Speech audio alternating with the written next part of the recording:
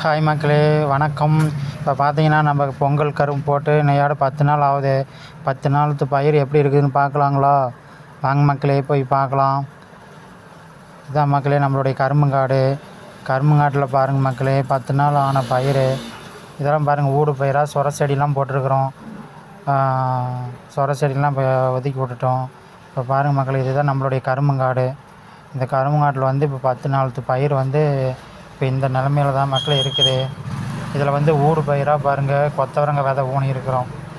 கொத்தவரங்காய் விதை ஊனி இது வந்து 45 நாளிலே காய் பறிக்கிற மாதிரி வந்துடும். பறிச்சுட்டு அப்படியே நம்ம கரும்பு காடு கொத்தி விட்டுறலாம். கொத்தி விட்டால் அதுவும் கொத்தவரங்காய் இப்போ 40 ரூபா ரேட்டு போகுது. அது நம்ம கரும்பு போட்ட ரேட்டை எடுத்துக்கும். பாருங்கள் மக்களே, இதுதான் நம்ம கரும்புங்காடு 10 நாளுத்து பயிர் எந்த அளவுக்கு வந்திருக்குது பாருங்கள்.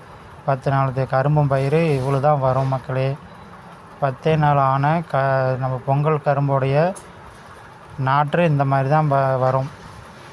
ஆமாம் மக்களே, இதுதான் நம்மளுடைய பொங்கல் கரும்பு விவசாயம். இது வந்து 10 மாதத்து பயிர்.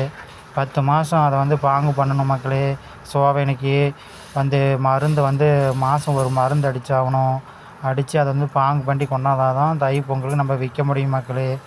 ஆமாம் மக்களே, இது வந்து ஏற்கனவே நம்ம போட்ட கரும்பு காடு மக்களே. கரும்பு காட்டு பார்த்துக்கிட்டீங்களா மக்களே? இந்த ஓரமாக இருக்கிற கரும்பு பயிர் வந்து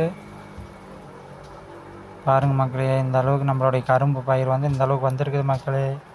இதான் நம்மளுடைய பொங்கல் கரும்பு. இதிலே ஊடு பயிராக கொத்தவரங்காய் எல்லாம் போட்டிருக்கிற மக்களே.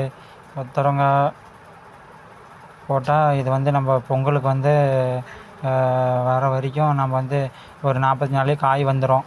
ஒரு 2-3 மாதத்துலேயே கொத்தவரங்காய் அழிஞ்சிரும். அப்புறம்லாம் கொத்தி மண் அணைச்சி விட்டா கரும்பு வந்துக்கிட்டு இருக்கும் மக்களே. இதுதான் நம்மளுடைய விவசாயம். விவசாயம் பிடிச்சா லைக் பண்ணுங்கள், அப்படியே ஷேர் பண்ணி கமெண்ட் பண்ணுங்கள் மக்களே. இதுதான் நம்மளுடைய முள்ளங்கிக்காடு, அந்த பக்கம் தக்காளி.